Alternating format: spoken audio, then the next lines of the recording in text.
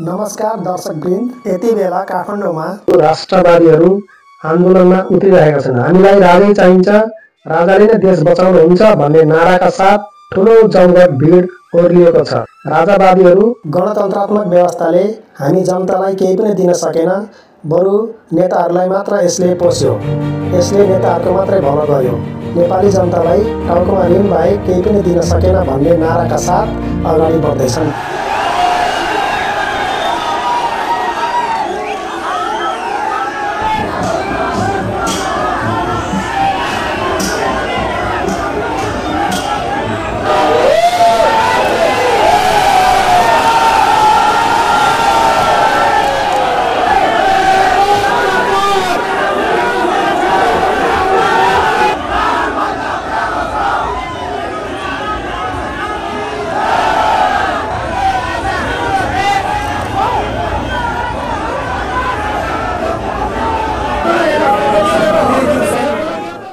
राजा एयरपोर्टमा अवतरण हुँदाका बखत त्यहाँ अप्रिय स्थिति हुन सक्ने छ। यही व्यवस्थाका पक्षधरहरू भिजिलान्तेको रूपमा उपस्थित भएर सरकार र संविधान अन्तर्गत नेपाली सेना शर्तमा मात्रै उभिन्छ। त्यो शर्त भनेको सार्वभौमिकता नेताहरूले नबेचुन्जेल मात्रै हो। राजा हुन मन भए निर्वाचन लडेर आउनुस् भन्ने ती अनपढहरूलाई म भन्न चाहन्छु, तथ्य बुझ। मैले अनपढ यस कारण भनेको, निर्वाचनमा म आउँछु भनेर आफै भन्नेले दाबी गर्ने हो। जनताले ल्याउँछौँ हामी भनेर भनिरहेकामा तपाईँ निर्वाचनमा आउनुस् भन्न पर्दैन, किनकि राजाले म कुनै सेक्टरमा नि बाँकी रहेको छैन। अब सबै सिध्यो हाम्रो। हामी नागरिकले ल्याउँछौँ भनेको, नागरिकले ल्याउँछौँ भनिएको अवस्थामा आउने भए निर्वाचनबाट आउनुस्, यो तपाईँको बकमफुसे कुरा। गणतन्त्र फेल भयो, यो गणतन्त्र काम लाग्दैन। गणतन्त्र अब काम लाग्दैन। त्यो अहिले निर्मल निवास लाने हो, त्यो हावा कुरो गर्नु हुँदैन। समय आउँछ, समय पनि हाम्रो हुन्छ। काठमाडौँ भ्याली हामी कब्जा गरेर राजालाई हामी नारा नीति इज्जतसँगले दिन्छौँ। प्रधान सेनापति ज्यूप्रति म विनम्रतापूर्वक संविधानको स्मरण गराएर आधिकारिक व्याख्या सहित मैले बोलेको छु। सैनिकमा भर्ना भएर राज्यको सेवा गर्ने हो र राष्ट्रियता, अखण्डता र सार्वभौम सत्ताको रक्षा गर्नुपर्ने नागरिकको कर्तव्य हो। नेपालमा 100 वर्षपछि भए पनि राज संस्था फर्कन्छ बेलायतमा जस्तो, यसमा कुनै शङ्का छैन। दोस्रो विकल्प कि देश रहँदैन, त्यो निश्चित हो। 1864 तिर मरिसकेका मार्क्सको प्रेत बनेर उभिनु भएको छ नेपालमा।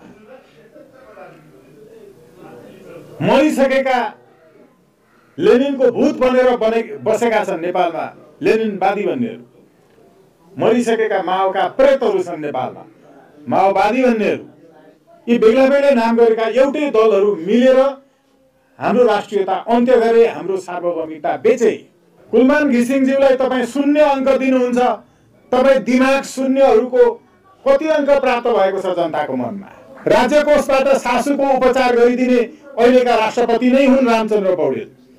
1 करोड 30 लाख रुपियाँ त केपी ओलीले मात्रै लिएका छन्, धेरैले लिएका छन्। म अहिले यहाँ डाटै बताउन सक्दिनँ, सर्वोच्च अदालतमा राखिदिएको छ।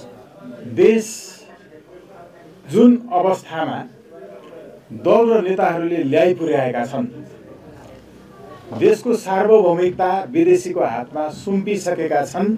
हस्ताक्षरै गरेर एमसीसी मार्फत हामीले भनेका थियौँ कि यहाँ सार्वभौम सत्ता बेचेका छन् नेताहरूले। एमसीसी को पैसा, यूएसएआईडी को पैसा लगायत। यो स्थितिमा राजाको शुभकामना सन्देश नआएको भए पनि हाम्रो संविधान बमोजिम नेपाली सेनाले तत्कालै राष्ट्रपति प्रधानमन्त्रीलाई अपदस्थ हामी जस्तो युवाले खोज्ने थिएनौँ कि राजा चाहियो। वीरबाबुको देश हो, देश सके, रित्तो मारे, खोक्रो मारे हाम्रो देश। दुःख दिइरहेको छ अहिलेसम्म। ऋण दियो देउताले ऋणमा केही दिन सकेको छैन हैन। बेला आइसकेको थियो। राजाको सम्बोधन एकछिनलाई बिर्सिदिउँ। नेपाली सेनाले अपदस्थ गरेर यिनीहरूले युएसएआइडी एमसीसी लगायतका विदेशीका पैसामा बेचेको सार्वभौमिकता हाम्रो सार्वभौम सत्ता फिर्ता ल्याउनु पर्ने स्थिति थियो। संविधानले त्यसै भन्छ। म कानुनको विद्यार्थी हो। संविधानको तपाईले धारा 267 हेर्नुभयो भने त्यो धारा 267 बमोजिम अहिले नै नेपाली सेनाले राष्ट्रपति र प्रधानमन्त्रीलाई अपदस्थ गर्नुपर्छ। यिनीहरू विदेशी एजेन्टहरू हुन्, दलालहरू हुन्। यिनीहरूले नेपालको सार्वभौमिकता एमसीसी लगायतमा बेचेका छन्। अब यो पुष्टि गर्न जरुरी छैन। हामीले बोल्ने गरेको कुरा, बोल्दै आएको कुरा पुष्टि भइसक्यो। संविधानको धारा 267 ले के भन्छ भने नेपालको स्वतन्त्रता, सार्वभौम सत्ता, भौगोलिक अखण्डता, स्वाधीनता र राष्ट्रिय एकताको रक्षाका लागि नेपाली सेनाको एक संगठन रहनेछ। संविधानको अधीनमा हो, तर कानुन व्याख्या सम्बन्धी ऐन 2010 बमोजिम सरकार र संविधान अन्तर्गत नेपाली सेना शर्तमा मात्रै उभिन्छ। त्यो शर्त भनेको सार्वभौमिकता नेताहरूले नबेचुन्जेल मात्रै हो।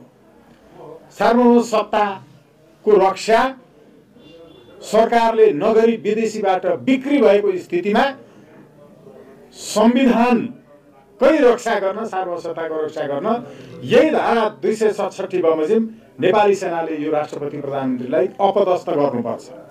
अधिकार छ। म नेपाली सेनासँग विनम्रतापूर्वक निवेदन गर्छु, संविधान बमोजिम र सबै नेपालीहरूलाई अहिले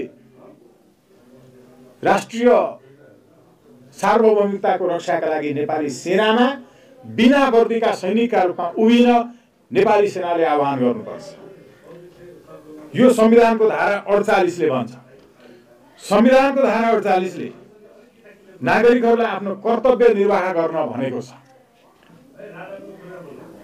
यी बेग्ला बेग्लै नाम गरेका एउटै दलहरू मिलेर हाम्रो राष्ट्रियता अन्त्य गरे, हाम्रो सार्वभौमिकता बेचे।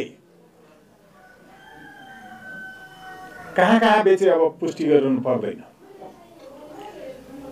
यसैले यस्तो अवस्था आयो भने हरेक नेपालीलाई नेपाली सेनाले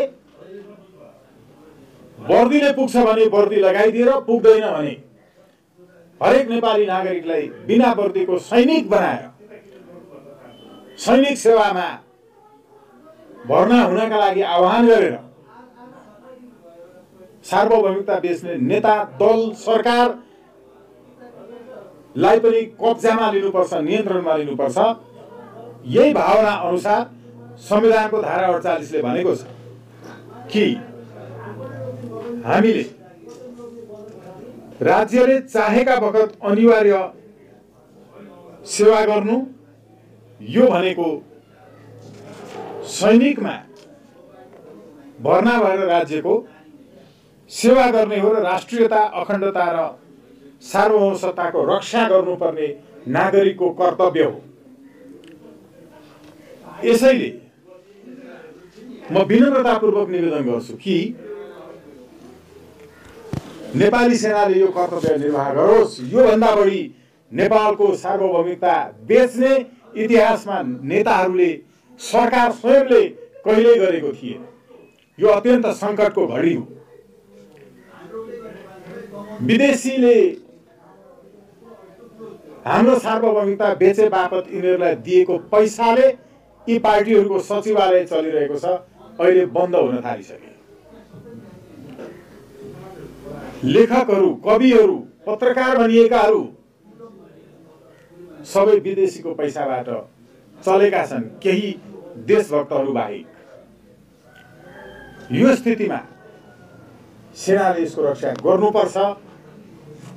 यो सन्देश नआएको थियो भने पनि संविधानले अधिकार दिएको छ संविधान बमोजिम म अधिवक्ता र हामी संविधान, कानुन, राष्ट्रियता, देशभक्ति बुझेका मान्छेहरूले आह्वान गरिरहेका छौँ।